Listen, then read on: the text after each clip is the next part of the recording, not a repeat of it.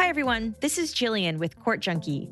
Court Junkie is a true crime podcast that covers court cases and criminal trials using audio clips and interviews with people close to the cases. Court Junkie is available on Apple Podcasts and podcastone.com.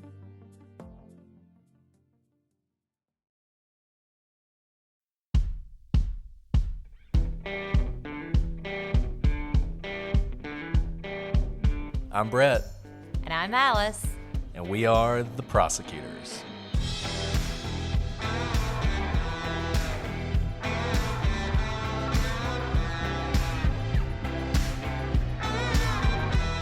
Today on the prosecutors, we look more at the Pablo Velez case.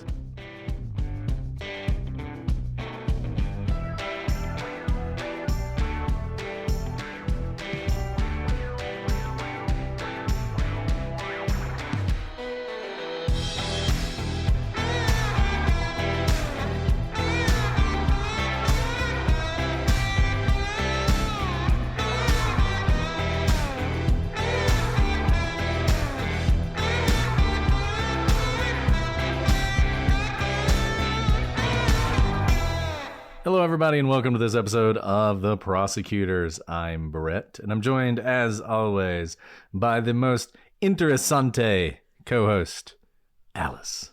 Muchas gracias. Thank you. Look, Thank you for calling me interesting. I know it's not your words. Bilingual podcast now. I'm sorry. What? You didn't mean to do it. But instead of saying bilingual, you said bilingual. So it's really trilingual because you're saying it with a southern accent. I'm trying to, as I said, I'm trying to talk more slowly. How do you say most interesting?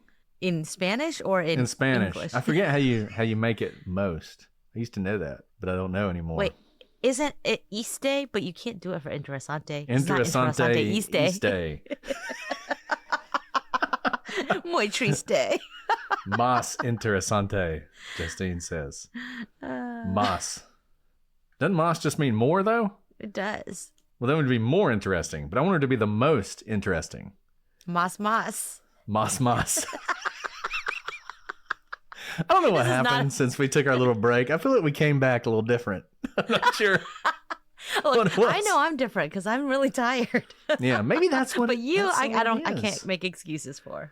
So, as we record this, it's New Year's Eve, or New Year's Adam, as Alice likes to call it, which was very clever. I really like that a lot. Eve. Yeah, you guys are hearing this in like February or something. I know. But that's fine. I do want to show everybody in the chat, Jason Blair, very generous man that he is, got some art. Wait. Oh, mine's not in here. Awesome? I'll show it next time. He also gave me art, and it was so nice. He's such a great guy. And I think Hannah Hill is the one who did this, which she is amazing. Same. She is incredible. But thank you, Jason Blair. You're awesome. It was like the only present I got this year that I didn't buy myself. Look, don't feel sorry for me. I bought myself presents. But, you know. Life is a present. Well, I have to say, Squanto gave me a present. It was actually very sweet. It was just a flameless candle that he found at the deli that he went to go eat at. That's nice. I was like, where did this come from? My daughter got me this Alabama elephant Santa Claus Let It Snow shirt. So I'm wearing that. That's a real present too. So other than my Hannah Hill art and my flameless candle that may have been swiped from a deli. Those were my Christmas. It's a thought. Those were my Christmas presents. Well, if you're listening out there, I do hope you're having a happy new year. It's funny because when we record these, I think of the year passing with our episodes. And in my mind, it's already February, which is like, how is it already February? It's not even 2025 yet. But what are you going to do? What are you going to do? Oh, my. So I do want to say, if you haven't started following our Substack, I've been talking about it a little bit, True Crime Times, check it out. There's new articles up all the time from various people, lots of people from true crime, a lot of different sort of perspectives on things. Not just us. It's not just us. So those of you who don't like us, you can read other people. And I mean, presumably there won't be people who are being critical of us, but you never know. I mean, hey, we're a forum for truth. So if you want to write a well-written 1,000-word article on how terrible we are, feel free to submit it. We'll give it an honest review. I think I'm going to submit a 1-star review right now. Like, what is Alice rambling about? Okay, we'll actually cut to the point. This is all going to get cut out of the episode. It's not. This is all going to be in the episode. What are you talking about? This is. It should really get cut out. This is my New Year's resolution. Is what? I want to take longer episodes. to get to the point. You need to get. That's how you weed out people. I am so tired, but it's so joyful chaos, because I had 17 people at my house for the last week, which was wonderful. But I don't think I've ever been so tired in my life. One of those people was my newborn baby, so he definitely was the main cause of the tiredness. But anyways, that's my excuse. I don't know what your excuse is. He's allowed to make you tired, though. Yeah, he's great. You guys, I don't have favorites, but he's pretty great. Yeah, he's pretty awesome. Okay, well, Alice is pushing me to go ahead and start, so I'm going to do that. Frankly, I just really actually want to know what happened in this case. This case is fascinating. It's funny because the outline keeps getting longer because I keep adding things to it. But this is a fascinating case, and want to sort of reorient you as we go into this. I know there are a lot of names in this, and it can seem confusing. So here's what you need to know as we go into episode 2. We're talking about a shooting that happened, and we're talking about whether Pablo Velez was involved in that shooting. So the night before the shooting, which sets all this up, Adrian Payan, he is beaten up by 3 guys: Jason Woolley, Richard Shorty Cisneros, and Ron Strandberg. And he's beat up by these 3 guys at the Perfect Rack bar. So the next night, Adrian's girlfriend, one of his girlfriends, because we know he has many, Claudia Beltran, calls him up, actually a couple times, and says, the men who beat you up are here. She wants him to come take revenge or whatever. So he actually comes twice. The first time he actually does come with a guy named Chris. We should have trusted ourselves. He comes with a friend named Chris. Chris falls away. Don't worry about Chris. He doesn't see the people who beat him up. So he comes back the second time, and he brings backup his friends Esteban Rodriguez and Emerson Bayorquez. So Adrian sees Jason Woolley outside the front door of the bar. This is one of the guys who had beaten him up the day before. He's walking up to him, he's going to do whatever he's going to do. And Jason Woolley sees him. Now, Jason is wearing a red shirt. He is referred to throughout the trials as the red shirt shooter. He sees him coming. He knows what's coming. He fires his gun into the ground. He will say that he did that just to scare everybody. That's his take, though this whole thing feels like an ambush. But he fires his gun into the ground. At this point, when he does that, 2 other men start shooting. We actually know there are 2 others because of some shell casings that are in various places around the parking lot. So now there are 3 people shooting. Adrian Payan, he is hit as he's running away. So is Emerson Bayorquez. So after this happens, you have now 2 people shot. Jason Woolley, he was one of the group of 3 who beat him up the night before. He's arrested for his part in the shooting. One of the shooters, at least by the police, is never identified. The other person arrested is Pablo Velez Jr., and this is based on his ownership of the gold vehicle, a gold Cadillac, that was present at the shooting and fled the scene and was chased down by Claudia and one of her friends. And Claudia also makes an identification of him as being the shooter wearing a blue shirt. So you have the red shirt shooter, that's Jason Woolley, and we know that he is the red shirt shooter. And then the blue shirt shooter we're trying to identify, and she says it's Pablo Velez. Now, neither Richard Shorty Cisneros nor Ron Strandberg, they're never arrested for anything in this case. However, the theory of the prosecution is always that all 4 men were involved. So they were never able to prove it when it comes to Shorty Cisneros and Ron Strandberg. But in their mind, there were 4 men involved in this incident, 3 shooters, and one of the shooters is Pablo Velez. And we talked a lot about the timeline last time. Today, we're going to get into the investigation and sort of the things that led them to believe this. So the reason this is confusing is because of all the people involved.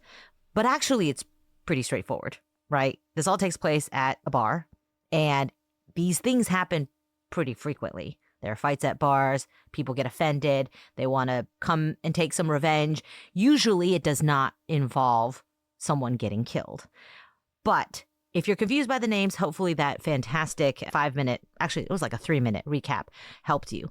Now let's move on to the investigation, because you've heard about this gold car a lot in last episode and you just heard about it now. Obviously, a gold car is a pretty awesome piece of evidence, particularly when you have the license plate. And that's what we have here. So like we said before, sounds like a pretty simple case, right? Well, the police immediately zoned in on this gold car, because there's just not that many gold cars out there. And they found that the car was registered to Pablo. Now, the police created a photo array for their prime witness, Claudia. Remember, Claudia is one of the girlfriends who had called from the bar, basically drawing folks there. And then she's the one who followed the car as well. So you would think that she is going to be your best witness.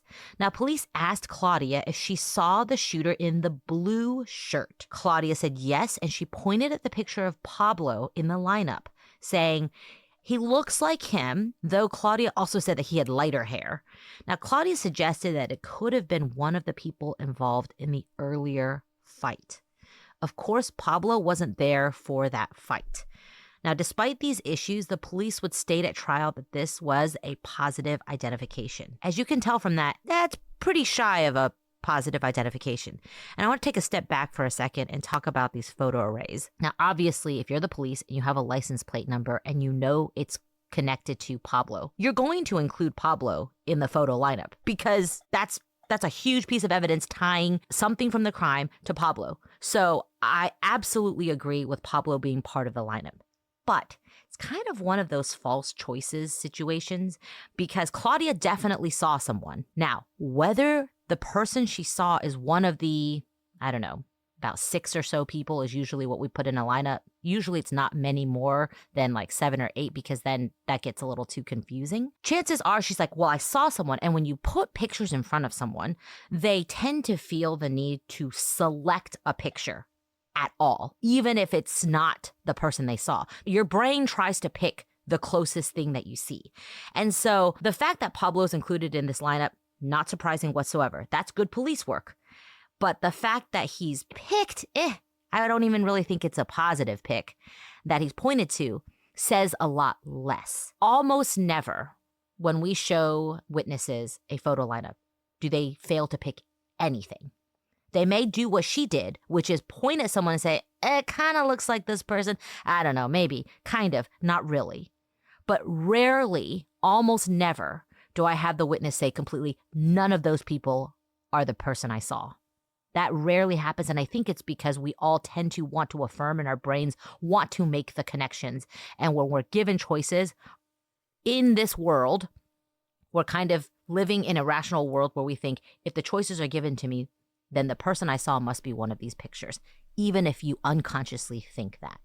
So that's just kind of a background on photo arrays. And they always say, I mean, one of the standard sort of instructions to the witness is the person may be here or they may not be, but everybody knows it. One of those people is the suspect, right? I mean, the police aren't just showing you 6 random photos just to see whether they can trick you. They're not doing that. So you know one of them's there. And so the tendency is to pick the person who looks the most like the individual. And I mean, even at random, 1 in 6 chance is not terrible, you know? I mean, it's not great. It's Russian roulette.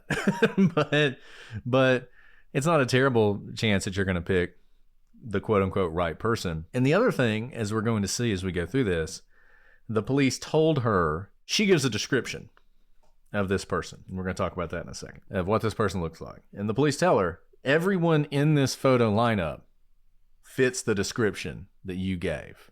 You just need to tell us, are any of these people actually that person? That is a questionable assertion by the police, as we're going to see. The other thing, this question of how definitive was the choice. So the police, there are 2 officers who testify about this. One of them says it took her 4 seconds. She seemed pretty sure to me. She said this whole thing about it looks like him, but I think, you know, his hair was lighter. I also think he was one of the people in the fight the night before, which probably wasn't. But they're like, you know what? It looks like him's good enough for me. And they go with it. The other officer just gets up on the stand and just perjures himself. He says that she came in and she actually said, this is a beautiful lineup you have here. It's like, which is a weird thing to say, right? And I remember I was reading this part of the transcript and just thinking, this is very strange. Like, why would she say that? Well, it turns out later on, they find out he wasn't even there when this happened. So he just got on the stand and just lied about her identifying Pablo. Now, the other officer was there, and he is presumably telling the truth about how it went down. But it's just one of those things that it's just surprising when you see that. But it was funny how immediately it stood out because of what the officer was saying, that it just didn't fit with reality. And then come to find out, as you're, looking through the record, that later on they discovered he wasn't actually present for that. So, the thing I always think about, Alice, and we've talked about this before, is your photo lineup in that one case we did. That was just... It was so good. Just the worst. So bad. It was so bad. It was the worst photo lineup ever. There was, so usually, it was 6. You go see, into it was 6. So usually, this is not surprising. When you have the guy you think it is, you try to pick other people with similar characteristics. So if your guy, your suspect, has a beard, the lineup is supposed to have like pretty much a bunch of guys with beards, right? Or if the person is like white, you don't want just one white guy in the photo lineup and 5 guys who are of other clearly not white ethnicities, right? And mine was just like, it was like blaring. I think the witness was like, he had a beard or he was bald, and every other person had a fro. Something about his hair. Yeah, like there was like 5 photos with like people with massive fros and one bald and then guy. one bald guy. And they're like, was I the guess guy, it's obviously. the bald guy. Yeah. And I was just like, oh God. And by the way, the reason you can't do that is that's something you totally would challenge in like cross-examination about how good the photo array was, how leading it was, best is to have it not be that way. And I'll say this, and we talk about this sometimes when we're giving practice tips for defense attorneys. So these defense attorneys were very litigious, and they just demanded I think it was a detention. Was it a detention hearing? It was a contested preliminary hearing of some sort. And so during this hearing, this whole photo lineup comes out, and it's just obvious that like we didn't know about it before. Yeah, we'd not actually looked at it because you just sort of trusted the police. You got a positive identification. That's all you need. So then in this hearing, it's like blown up. It's on the screen.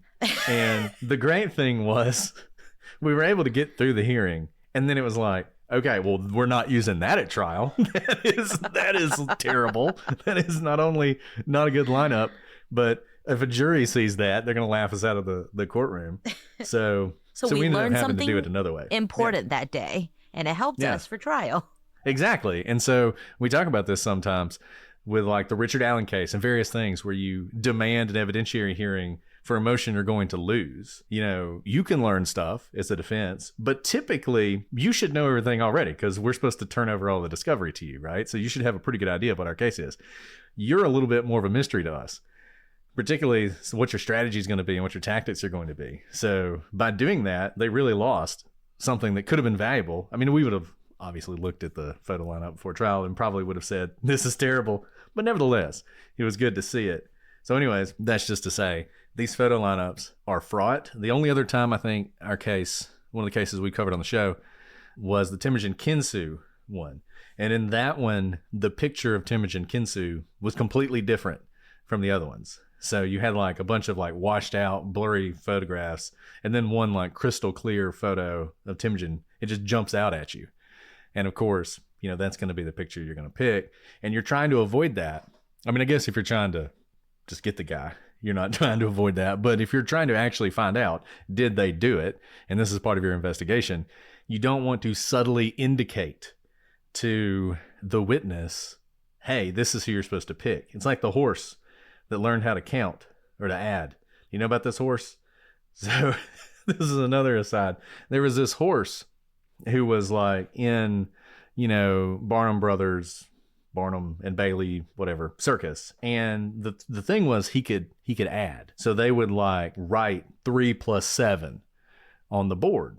And then the horse would stomp however much it was. So he'd stomp 10 times to show that it's 3 + 7. And they couldn't figure out how the horse does this. How does the horse do this? Because presumably the horse is not adding. Well, so some scientists looked at it and they realized that when he got to the number, everyone watching held their breath because they were like, is he going to get it or is he going to go? And the horse picked up on that. So the horse was just reading what the people watching were expecting. And once they held their breath, that's when he stopped, because he knew that's what they're looking for. And it's the same type of thing. You're trying not to give any kind of subtle clues of like, it's that guy. I was about to kind of critique you and be like, well, here come the 1-stars saying, here on an aside, that is such a fascinating example of what I think our witnesses are doing and why a really good interrogator does not give signs like that to the witness and doesn't lead them in a way that could ultimately confuse the witness if they do have usable information, but then also are seeking to please, because we just as humans want to please and want to help. And so I have definitely seen more junior agents do stuff like that, where they'll be like, oh, so that detail of your story is really interesting. And they hone in on that detail when the person's like, oh, I didn't really see that much, but you really want to know more. So I'm just going to kind of make stuff up. And we see that happen. Oftentimes I have to take a break and be like, hey, you need to take a step back. Like, let's just let them tell the story. But that horse story, I'm going to use that story forever. That's so fascinating. I just made it up on the spot. Let's talk about peptides for a minute. If you're like me, you're seeing them everywhere. But just because something says peptide on the label doesn't mean it's actually doing anything for you. That's where OneSkin's OS-01 peptide is different. While some peptides just sit on top of the skin, OS-01 goes deeper. It's scientifically formulated to penetrate the cells within skin's deeper layers, improving key skin health markers like collagen production, hydration, and skin barrier function. Not only that, OS-01 is proven to remain stable from the lab to your countertop, so you get reliable results every time. Listen, if you're not getting results from your peptide, it might be time to take a closer look. All of OneSkin's topical supplements are backed by lab and clinical studies, and they're all powered by the OS-01 peptide, the first and only peptide scientifically proven to target the senescent cells that contribute to lines, wrinkles, and thinning skin. Try OneSkin with an exclusive 15% off your first purchase using code prosecutors at oneskin.co. Guys, I've been using it for the past month, and it is amazing what it's done for my skin. It's been so cold here. We had record snowfalls. The heat and the dryness has just really wrecked my skin until I started using OneSkin. My skin feels so much better, and I literally am glowing. I'm really surprised by this because a lot of products claim they can do this for your face, but I'm seeing it on my own face. OneSkin was founded in 2016 by an all-woman team of scientists with PhDs in skin regeneration, stem cell biology, immunology, and bioinformatics. And after testing the efficacy of more than 900 so-called anti-aging peptides, they developed this OS-01 peptide, the first ingredient to reverse skin's biological age by reducing the accumulation of senescent cells, a key driver of skin aging. OneSkin believes the purpose of skincare is not just to improve how you look, but to optimize your skin's biology at the cellular level so it's more resilient to the aging process. Founded and led by an all-woman team of skin longevity scientists, OneSkin is redefining the aging process with their proprietary OS-01 peptide, the first ingredient proven to help skin look, feel, and behave like its younger self. Get 15% off with code prosecutors at oneskin.co. That's 15% off oneskin.co with code prosecutors. After you purchase, they'll ask you where you heard about them. Please support our show and tell them we sent you. Invest in the health and longevity of your skin with OneSkin. Your future self will thank you. This show is sponsored by BetterHelp. Guys, we often hear about the red flags we should avoid, but what if we focused more on looking for green flags in friends and partners? If you're not sure what they look like, therapy can help you identify green flags, actively practice them in your relationships, and embody the green flag energy yourself. Whether you're dating, married, building a friendship, or just working on yourself, it's time to form relationships that love you back. We've said this so many times before. Therapy isn't just for a big traumatic event in your life. There are so many broader benefits to doing therapy. It's being able to have positive coping skills and to set boundaries that can empower you to be the best version of yourself. And BetterHelp is fully online, making therapy affordable and convenient, serving over 5 million people worldwide. You can have an access to diverse network of more than 30,000 credentialed therapists with a wide range of specialties. And you can easily switch therapists anytime at no cost. Discover your relationship green flags with BetterHelp. Visit betterhelp.com/prosecutors to get 10% off your first month. That's BetterHelp, HELP.com/prosecutors. Guys, the start of a new year is the perfect time to get organized, set goals, and prioritize what matters most. For me, a top priority is my financial wellness, which feels more important than ever. Thanks to Rocket Money, my goals feel achievable. They show me all of my subscriptions right in one place and help me easily cancel ones that I forgot I've been paying for. Rocket Money also pulls together all of my spending across all of my different accounts, so I can clearly track my spending habits and see where I can cut back. This is the type of organization I really need in my life. Rocket Money is a personal finance app that helps find and cancel your unwanted subscriptions, monitors your spending, and helps lower your bills so you can grow your savings. You can see all your subscriptions in one place, and you'll know exactly where your money's going. The ones you don't want anymore, Rocket Money can help you cancel them. Rocket Money will even try to negotiate lower bills for you. They automatically scan your bills to find opportunities to save, then you can ask them to negotiate for you. They'll deal with customer service so you don't have to. Rocket Money has over 5 million users and has saved a total of $500 million in canceled subscriptions, saving members up to $740 a year when using all of the app's premium features. Cancel your unwanted subscriptions and reach your financial goals faster with Rocket Money. Go to rocketmoney.com/prosecutors today. That's rocketmoney.com/prosecutors. rocketmoney.com/prosecutors. No, it's true. And It's is true. that even smarter than adding, though? I think it might That's be. the thing. Yeah, it's like I who actually cares think that's if you can smarter. add? That's amazing. So we have this photo lineup, and so now, hey, you're the prosecutor. You got a pretty good case here, right? You have eyewitnesses who see the car drive away. The car is in Pablo Velez's name. Your key witness is saying that's the guy going to trial, right? So as you would expect, Claudia was called to the stand in Pablo's trial. And she was asked, do you see the person that was in the blue shirt sitting in the courtroom today? Claudia's response, as you might expect, was no, she did not. Now, what's interesting about this is the prosecution anticipated this was going to happen. In fact, they knew it was going to happen because Claudia had already told them that she did not think Pablo was the guy. And basically, she was going to get on the stand and say, the defendant is not the person I saw. So in their opening statement, the prosecutor actually says, Claudia Beltran, when she testifies, I'm going to anticipate that she will probably testify that she will not be able to identify the defendant in the courtroom. That's a problem, right? And it's the kind of problem that obviously the prosecutor is trying to address in the opening statement because she knows that's almost a Matlock moment, right? You ask that question and you get a no. What's the jury going to think? So she's trying to say, look, this is probably going to happen. And she said, there's reasons for it. It's been 2 years since the event. When she talked about this with an officer, it was much closer to the event. The problem is that the issues with Claudia's identification seem deeper than mere forgetfulness. I'm actually going to read you some of her testimony in a second. But Claudia had described the shooter. Now I'm saying, the police said everyone in this photo lineup matches your description. Almost giving her, which frankly they probably shouldn't do. I guess, I don't know. That's an interesting one because is that priming her to think this is one of the people? But anyways, they told her this person's going to match what your description is.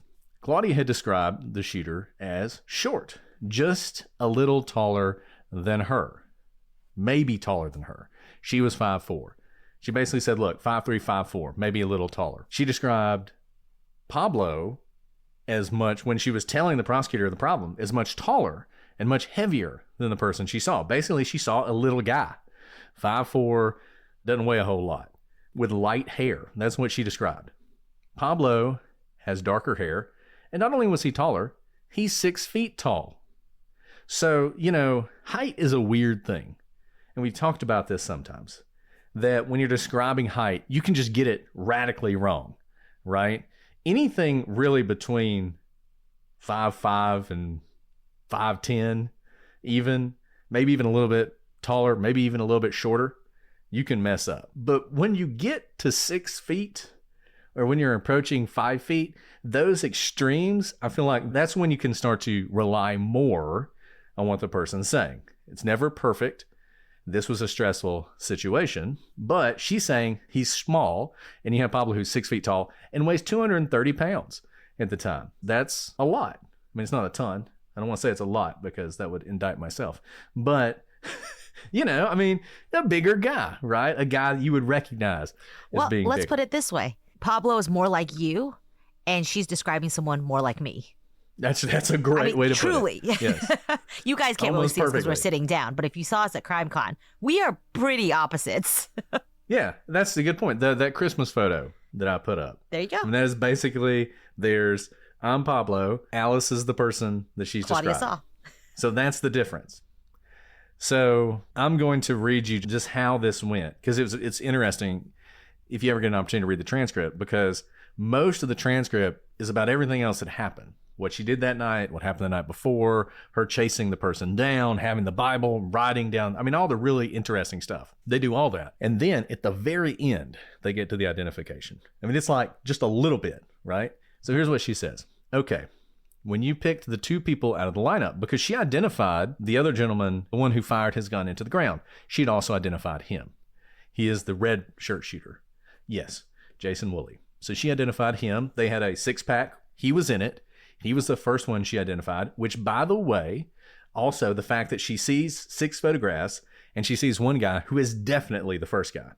And no doubt about that. Then they give her 6 more. We're looking for the second guy. She knows they expect one of those people is the guy.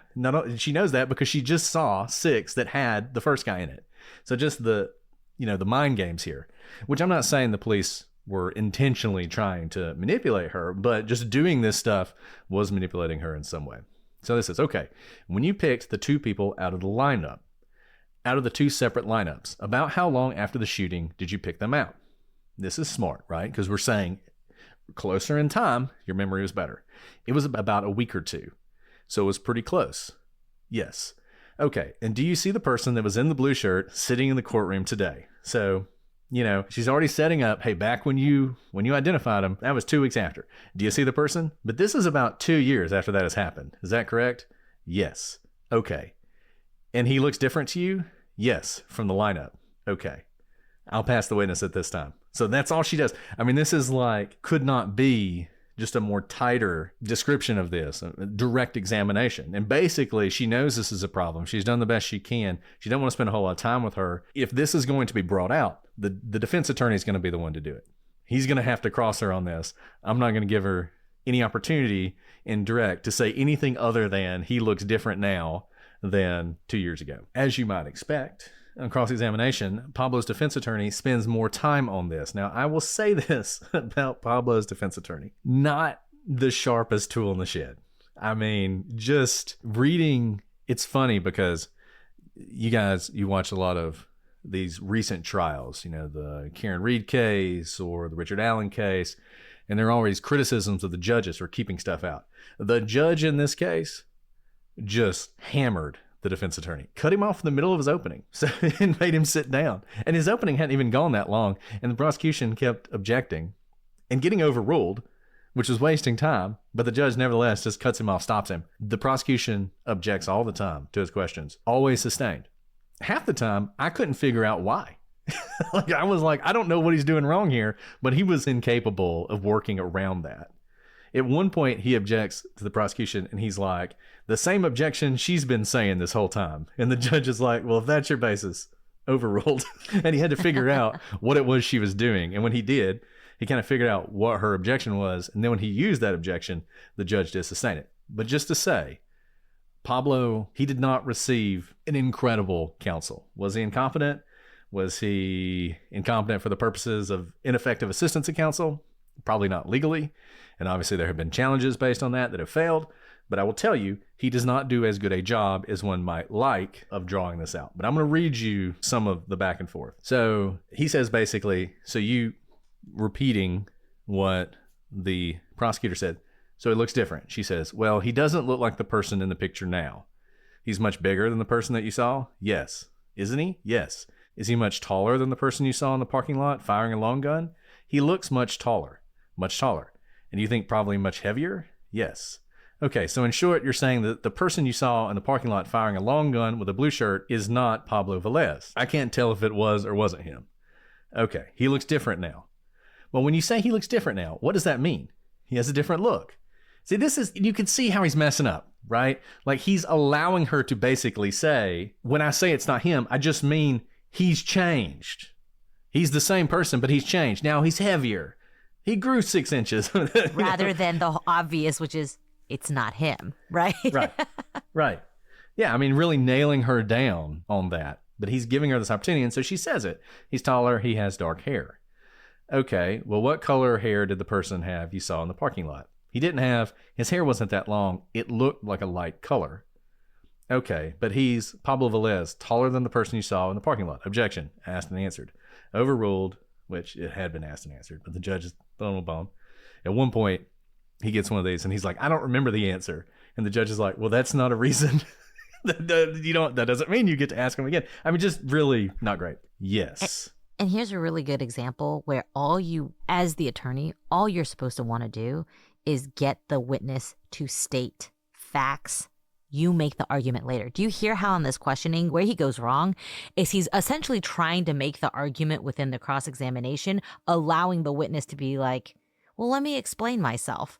All you need to nail down, the person you saw, about your height, how tall are you? 5'4", okay? The person you saw weighed about how much you weigh? Okay, about what, 160? Okay, great. Did the person you see weigh over 200 pounds? No? Okay. Did the person you see look about 6 feet tall? No? Okay.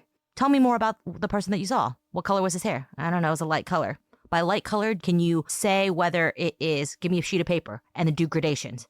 You don't have to say, and all of that is not the person you see in front of you, right? Because our brains want to be like, well, he just changed how he looks. It's been a couple years. He got fatter.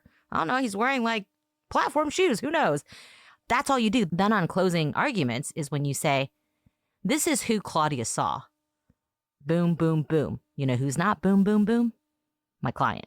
That's what you do. But you see where he went wrong here. And he already had her saying it's not him. She answered the question the prosecutor asked directly. Do you see him here? No. Done. You don't need to ask her again because he's doing what arguably the prosecutor should have done, which is giving her some ability to explain what no means. And Alice is right. If instead he had stuck to specific things, just really nailed down all those differences, then he gets up in closing argument and does exactly what Alice said. You tie all that together, you tell the story, then you get to conceptualize what she said instead of allowing her to say what she says in this situation. Interestingly, the prosecution does not redirect, which I think says a lot about the failings. Number one, that they really wanted to get Claudia off the stand. But number two, that the cross-examination just had not accomplished what it could have accomplished. And it was in many ways a failure. The other thing I don't understand that he didn't do, and maybe the judge at some point had said he couldn't do it, he never gives her an opportunity to identify the blue-shirted person, which is strange because everybody knows we're talking about 4 guys here. And for those of you patrons who are watching, I'm going to go ahead and put this up for you. So the other person, Richard Shorty Cisneros, his nickname is Shorty. We're looking for a short person. His photograph, if you compare his photograph to Pablo's, and of course the photographs are terrible, you'd think this happened in like 1976 and not 2004. They look very similar if you're just looking at their heads. And that's what's important about the lineup. So remember, what are the things about him that really define who this person was for Claudia? His weight, his height. She did not see the full body. They used driver's license photos. So the photo for Pablo is basically from his neck up. That's all she saw. Shorty Cisneros was not in the lineup. but she didn't get to see his entire body. And the other thing that's interesting about this, the police had actually created a videotape lineup that included Velez that they could have shown to her, that included his entire body. And this was important because when she saw the shooter, she only saw him from the side. So she did not see the straight on look at him, which is what she's looking at when she's looking at these photographs. But they didn't show that to her. And you have to wonder why they didn't do it. And I think one reason that would make a lot of sense is because they were worried about what would happen if they did. Because the police knew how she had described the shooter. And they knew that Pablo did not fit that description. So they had to be concerned after they got her to say it's that guy. They probably were concerned if we do the full lineup, there's a chance she will say, actually, no, that's not the guy after all, when she saw him from head to toe. Now, I will say one more thing about this, because this is another thing everybody always forgets, and this could cut either way. Claudia was drunk when this happened. She had had at least 4 Long Island iced teas, which if you've ever had a Long Island iced tea, you know that that's a lot. A Long Island iced tea has at least 4 different kinds of liquor in it. So 1 Long Island iced tea is something. And she had had at least 4, maybe more, when this whole thing went down. So this is another thing that's affecting her ability to identify who the shooter was. Yes, absolutely. Okay. You're right. We will get through this today, but that's okay because this is very interesting. So another person that testified who's very important in this case is Adrian Payan. Now, he believed that the shooting was gang-related by members of the Texas Syndicate, which was a rival gang. Adrian also testified that he had identified Pablo as the shooter. But see, he's clearly mistaken, as he says the same guy he saw earlier that night at the Perfect Rack with the other men was Pablo. But whatever the case, Pablo could not have been present at that point if you followed our timeline from last episode, because he has telephone pings driving hundreds of miles away because he is a truck driver. So if he's seeing someone earlier in the night, it's impossible based on Pablo's pings that he could have been there. Now, so this makes the wrongful identification argument even stronger. But the defense attorney does another horrible and confusing job of bringing this out. And it's likely the jury actually missed the significance of Adrian's misidentification and instead thought Adrian had seen Pablo twice that night. And in fact, despite his testimony to the contrary, it doesn't appear that Adrian actually did identify Pablo as the shooter. According to a police officer who testified in the trial, the photo spread was shown to at least 4 witnesses in the parking lot, and only Claudia picked out Pablo, and even she said that the shooter just looked like Pablo. You heard her identification earlier. It was not exactly a positive identification. This, if you're doing cross-examination, what you want to do is basically point out the fact that he didn't make the identification at the time, especially if you have the prosecution with Claudia trying to say, oh, at the time she had a better memory of who the shooter was, and so her identification at the time had more weight. He never really identifies at the time. And he says something that's very key and very good for Pablo, your client, which is that he saw him earlier in the night. Pull out the telephone records. You could not have seen Pablo. There's no way that's the case. So whoever you saw, it wasn't my client, right? And that doesn't really come out here. Now, Payan also testified that the men who beat him up were not the shooters. Now, this appears strange at first since it's obviously wrong. But remember the situation.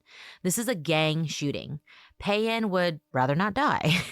And, just because they're at trial here, the shootings aren't going to stop. And if you're members of your other gangs that are not on trial or not witnesses here. And in fact, years later, Payan admitted that he lied about seeing Pablo earlier in the night, and he lied about the shooters not being the men who beat him up. Totally self-interested. I don't think he was trying to get anyone convicted. He just cared about number one, himself. He's like, if I say who it was who shot me, well, dang it.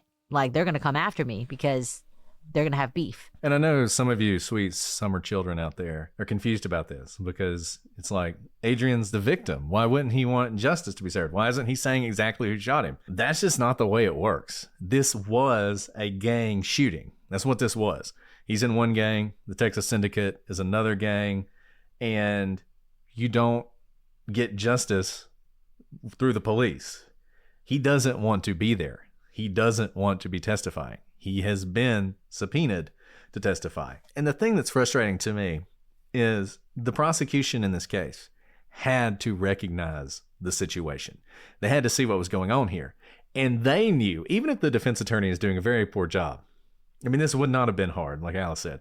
What time did you see him? Oh, you saw him at 10:30? Are you aware that he was 150 miles away at that time?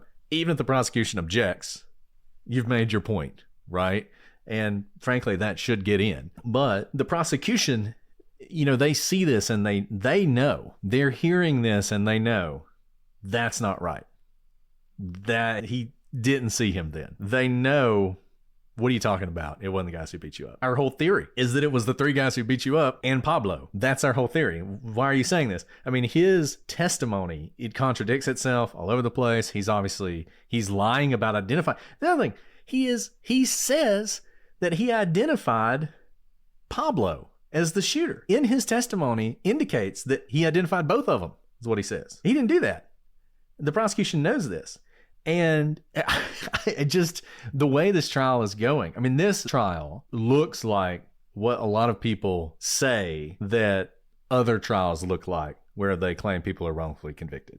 You have a situation where people are lying on the stand and the prosecution knows it, but they allow it to happen because it's good for their case. I mean, what Adrian says, if it's not picked apart by a defense attorney, is good for their case.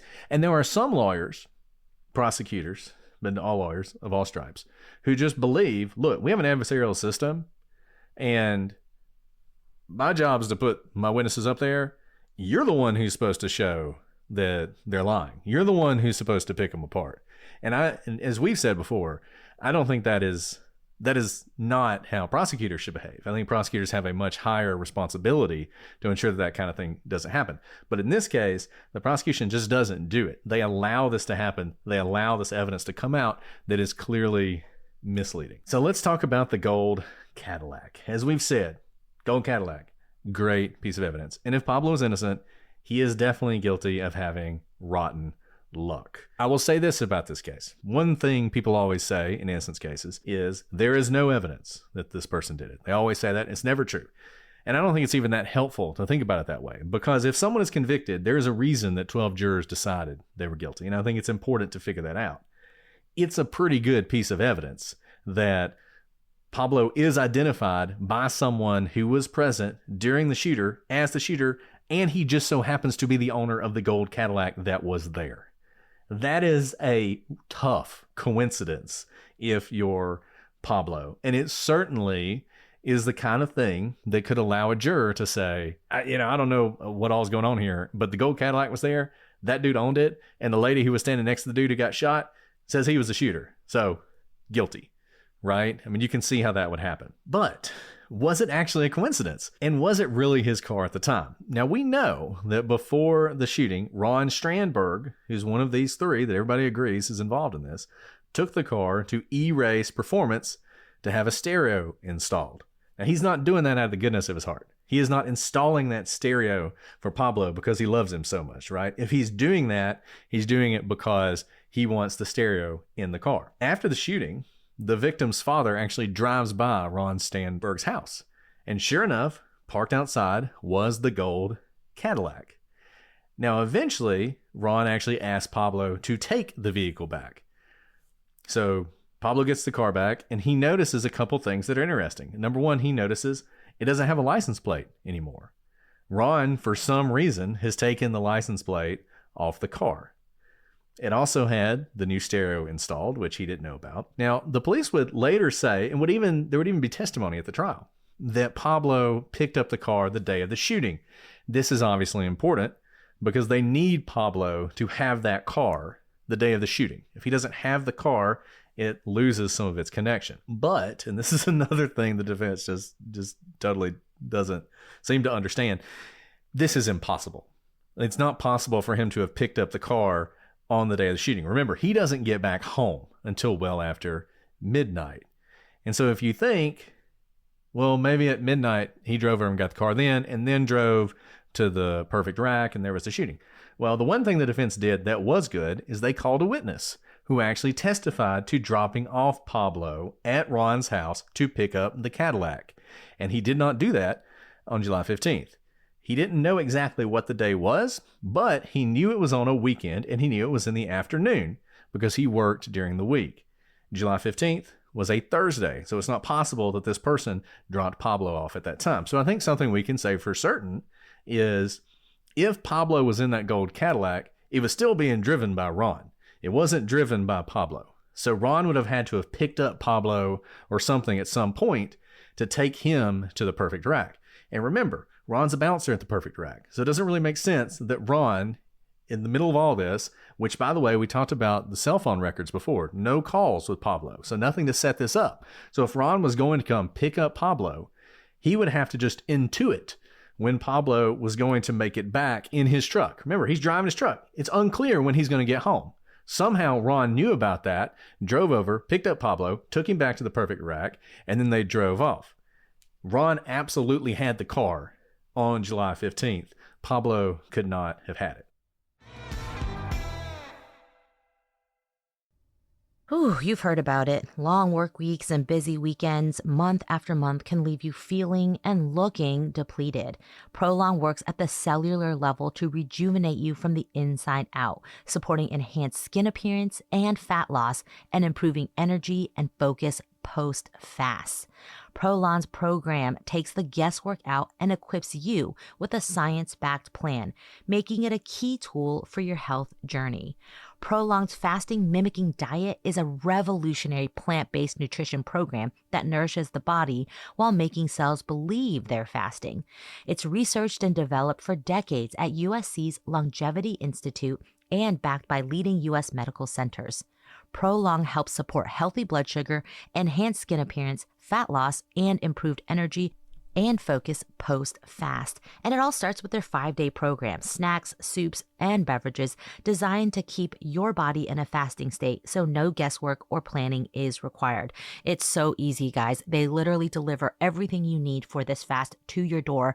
I'm too tired to figure out what I'm supposed to eat, when I'm supposed to eat, and to balance all the nutrients my body needs. 3 consecutive cycles of Prolong have been shown to reduce your biological age score by an average of 2.5 years and your waist circumference by 1.5 inches. To help you kickstart a health plan that truly works, Prolong is offering the Prosecutor's listeners 15% off site-wide plus a $40 bonus gift when you subscribe to their 5-day nutrition program. Just visit prolonglife.com/prosecutors. That's PROLONLIFE.com/prosecutors to claim your 15% discount and your bonus gift.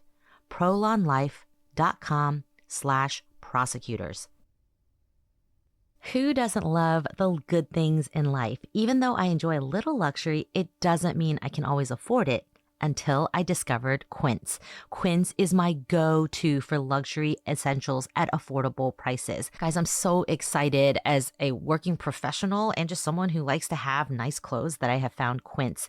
Quince offers a range of high-quality items at prices within reach, like 100% Mongolian cashmere sweaters from $50, washable silk tops and dresses, organic cotton sweaters, and 14-karat gold jewelry. The best part, all Quince items are priced 50 to 80% less than similar brands. By partnering directly with top factories, Quince cuts out the cost of the middleman and passes the savings on to us. And Quince only works with factories that use safe, ethical, and responsible manufacturing practices and premium fabrics and finishes. I love that. I recently bought all new work clothes. After having a new baby, I wanted to look nice. I got washable silk shirts and blouses, great new slacks, and they are just premium quality. I even bought my husband their 100% wool shirts, and they are now all he wears. Give yourself the luxury you deserve with Quince. Go to quince.com/prosecutors for free shipping on your order and 365-day returns. That's QUINCE.com/prosecutors to get free shipping and 365-day returns. Quince.com/prosecutors. You can see how you can tell a really compelling story with those facts in closing by the defense, right? Clearly Ron's the guy. I'm being the defense right here. Clearly Ron's the guy, and he's trying to cover it up and pile it all back on Pablo because he knows that the car was seen by a lot of people because it's gold and there were people probably following him and there was a license plate. So he does his best, removes the license plate, gives the car back, trying to clean his hands of everything. That's a great story, and it sounds incredibly plausible, right? Okay, let's talk about the drive test because a police officer testified that it would take 28 minutes to drive from the trucking company to the pool hall. The prosecution argued that since Pablo's drive log showed him returning at midnight, this was more than enough time for him to get home and get to the pool hall for the shooting. But there are some obvious problems with this. Okay, yes, we talked about this before. The drive log does say midnight, but we've also talked about how drive logs, which are written down, are unlikely to be the most accurate timestamps here, and certainly here. Let's say that Pablo did arrive home at that time. First, one must assume that Pablo drove directly from the trucking company to the pool hall. Now, this is obviously possible, but it begs the question whether Pablo would not have stopped by home to change out of whatever he was wearing to go out. He'd been on a long haul drive. He doesn't stop to go to the bathroom. He doesn't go pick up something to eat. He doesn't change his clothes. Rather, he goes to the trucking company and directly goes to the pool hall when, again, there's no cell phone records between him and really anyone at the pool hall to say, come here. How would he know to go there, for example? And another question would be, when did he get in the Cadillac? So did he drive his 18-wheeler to the bar? Because that seems to be a very, inconspicuous way to travel. But the bigger issue, Pablo didn't arrive back home until 1 o'clock.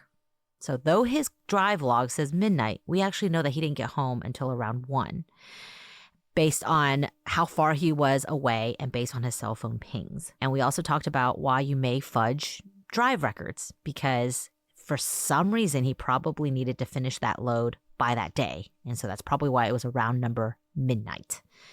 Now, could Pablo have then made it to the pool hall after he got home at 1?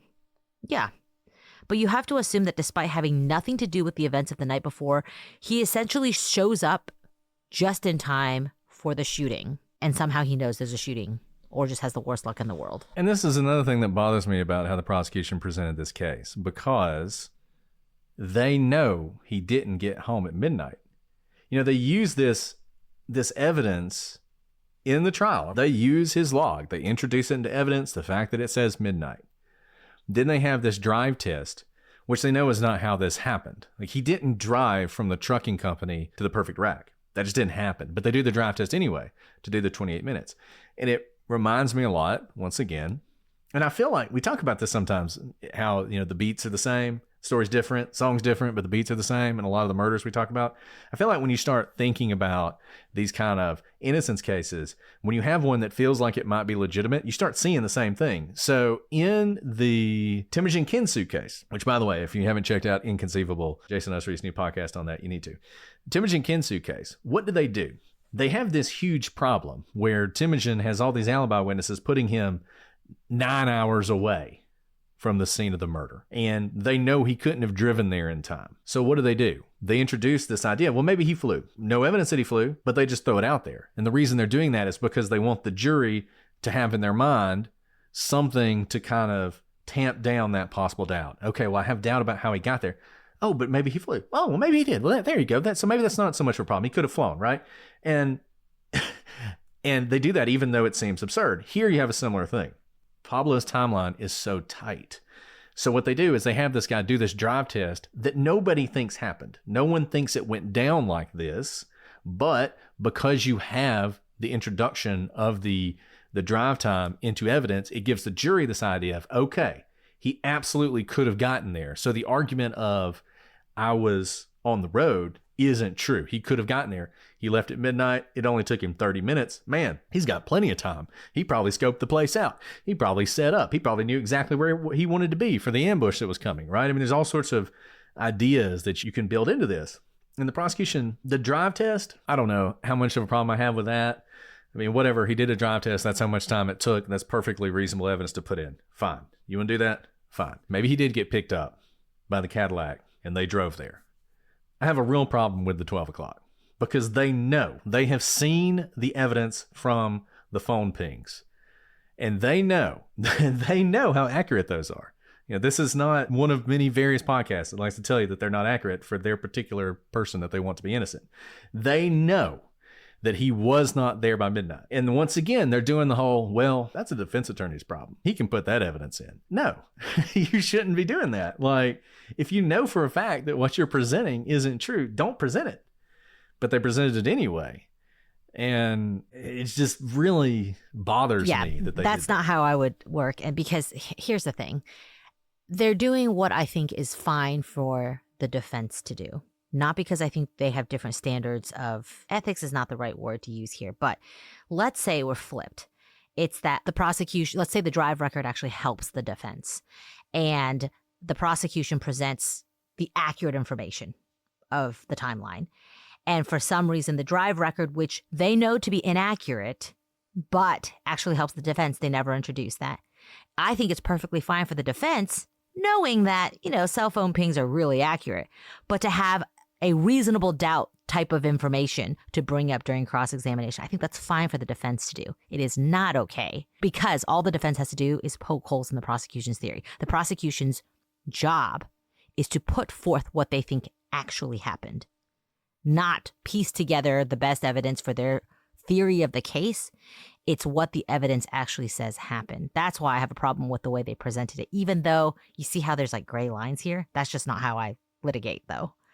The way the prosecution has done here. We have a lot more to go, so we're going to do 3 episodes on this. And this case is worth 3 episodes because this is a murder case. Somebody was murdered and somebody's in prison for 30 years for it. So we're going to do another episode on it. I think we will wrap up after episode 3. I'm curious to know your thoughts on this case so far, what you're thinking. Shoot us an email, prosecutorspod@gmail.com. Add prosecutorspod for all your social media. I'm sure the discussion on the gallery is going about this case. Probably everybody's confused about who's who. I understand that. But hopefully now it's a little bit more crystallized for you exactly who the important players are in this case. As Alice said, in some ways it's complicated because there's a lot of people and a lot of moving parts, but in other ways it's very simple and straightforward. This is a gang shooting at a bar, and we're trying to figure out whether or not Pablo was involved or not. And we're going to talk more about that next week. Alice, do you have time for a question? Absolutely. Very busy person this day. No, absolutely. Okay, let's see what we got. So many questions. And once again, if you leave a 5-star review on any platform and leave a question, we will answer it. If you don't leave your 5-star review on Apple, email it to us. That's probably the best way we can see it. And some places don't actually let you leave a review. You just have to do the best you can. So shoot us that email. We'll go ahead and add it. Okay, so this person says, and I don't know how old this is, but just in case this is happening, it didn't happen a year ago, but is happening in 30 days. We're going to go ahead and ask this. And I'm sorry, Marie Louise, if this actually happened a year ago. So this person says, it's far enough down the list that it could be happening in a month. I have a job interview on January 31st with a software startup based in Birmingham. The co-founder I have the interview with went to Auburn. Red flag. As a Yankee from the Northeast, any advice? I'm going to let Alice say Roll Tide.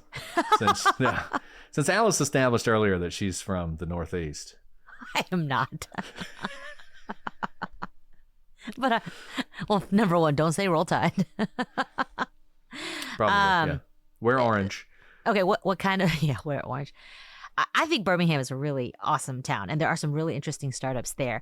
I think it's just like any other startup type of interview you're going to have, which is that those types of interviews, they really value like creativity, ingenuity. They don't want just like a rote, person who's like checkbox, boring, whatever. The reason they're startups is they've taken risks.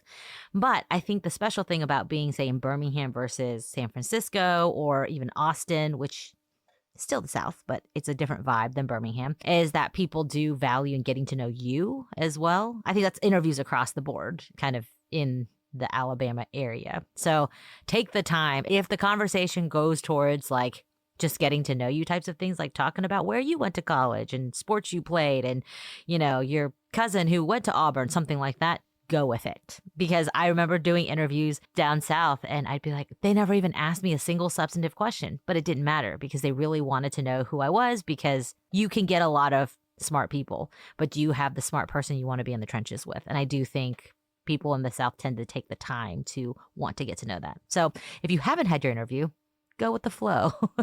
Really try to enjoy the conversation as opposed to just trying to give the right answers. Yeah, I think that's right. I think knowing sort of who you're interviewing with is so important, because it is true, not to be stereotypical or to stereotype, but it's just true that in the South, interviews just are so much more often chit chat.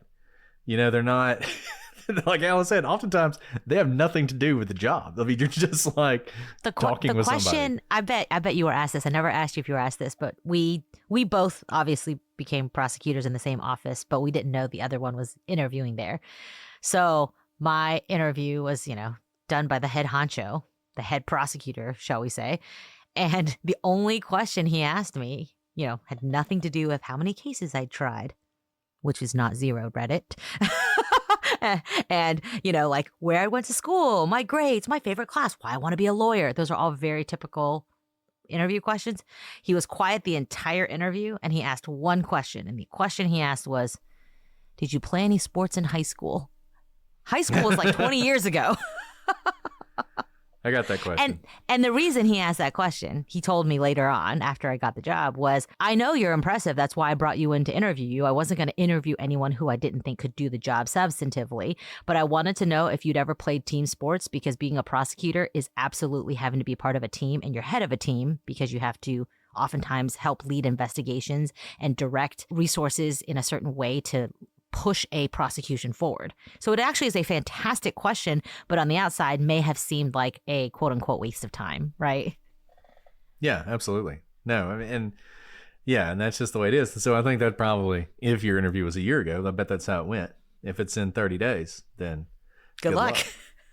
Okay, I got one more. This one will be easy, Alice. This is from Horse Girl. Is obviously I love horses. Spiritual sister. Yes. I am a forensic accountant currently working in family law. What experience do you both have working with forensic accountants? And I'll just let you gush. I love forensic accountants. I am so serious. And Brett says, yeah, they're awesome. They are amazing. Talk about like the coolest detectives ever, because you follow the money, you will find everything. I took a lot of the money laundering aspects of most of our cases. So I worked a lot with forensic accountants. And even now in the private sector, I work a lot with forensic accountants on fraud cases. I forget the question. I was just going to say how cool your job is. Have you worked with them, and what do you think? Yeah, right there. Worked with them a lot. And truly, they are actually the ones, because we talk about like how accurate is a cell phone ping? How accurate is your drive log? When it comes to forensic accounting, it is so precise, and you can show everything with paperwork because of the way money travels. And so it is my favorite witness or expert to have on the stand, because you can nail down the facts, and it is so hard to wiggle out of it when you have the facts against the defendant. Whoever, if they're on your side, if the facts are on your side, it's fantastic, because there's really little wiggle room when it comes to forensic accounting. And you guys are so good at what you do. You can find ways of analyzing the money that I would never understand, even though we're looking at the same bank records. And another thing they're really good at is, or the best ones are at least, is the way they can present the information to a jury. They are so good. We talk about lawyers. An important thing for lawyers is being able to break down complex concepts for people who aren't familiar with it. those guys, forensic accountants, because you can imagine how confusing that would be, like 1,000 different bank accounts and all this money going in these different places. I mean, just so good at, like a chart, just a perfect chart can just nail a defendant, right? Where you just watch the money go exactly where it should be going if the prosecution's theory is correct. Like if they're doing this, you should be able to see the money. Oh, there it is. And they're great witnesses. So usually they're one of the last people you put on for these fraud cases, and they nail it. So and they're unflappable. Because, I mean, I think accountants by training are just, you guys are so good at it, but you are unflappable by the theatrics of attorneys because numbers are on your side. And so even when an attorney's flapping their arms and screaming at you, you're like, well, actually on page 56 of the Wells Fargo bank account ending in 345, you can see right what you're saying is wrong. And then the attorney's like, well, darn. And lawyers are so bad at math and all that stuff anyway. So bad. That they just look. It is so hard for a defense attorney to cross-examine someone because you're right. I mean, they just can't. They can't do it. And what you really need, you have to have your own forensic accountant. Like if you're a defense attorney, you need your own forensic accountant. It needs to be battle of the experts. Yeah, that's what it needs to be, because if it's the lawyer versus accountant, the lawyer's going to lose every time. And my favorite, our latest forensic accountant who was on the stand, the defense attorney was flapping and screaming and everything and said, these numbers just don't add up, something like that, something theatrical. And then the best part was like, I think he was like, here, I have a calculator for you. You add it up. And the forensic accountant was like, I don't need a calculator. It was just like such a smackdown. Like I can do math in my head. Anyways, great question. You have a really awesome job. Okay. Well, send us some more questions. We enjoy answering them. Let us know how the job interview went. Okay. Thank you guys. I know we went a little long and maybe talked a little too much this episode. I don't know. I mean, I think that's what people come to podcasts for, is to listen to us talk, but I could be wrong. So we'll be back next week and we will wrap up Pablo's case.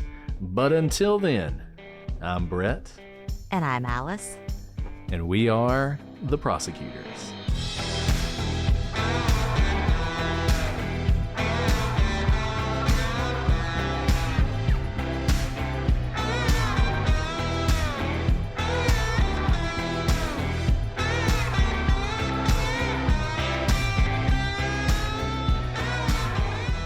My kids and all my nieces and nephews at 1 a.m. because there was a tornado that ripped through here.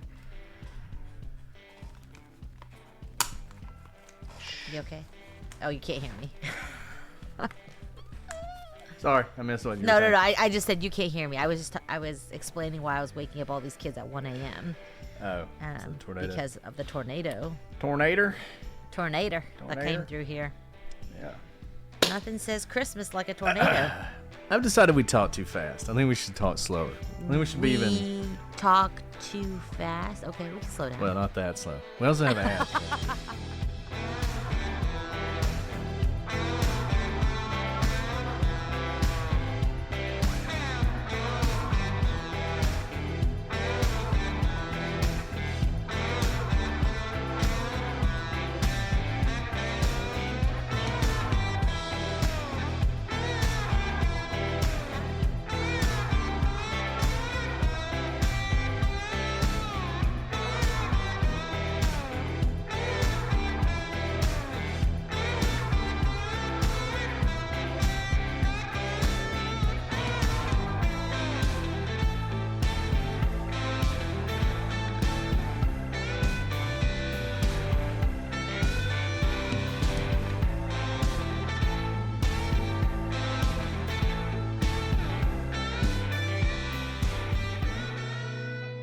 Because remember, I feel like we listen too much to the critics. I didn't mean to do that, but now I feel like we did. About what? Talking how about I don't know. Not did we talk too slow? Because now we take longer. We take more episodes.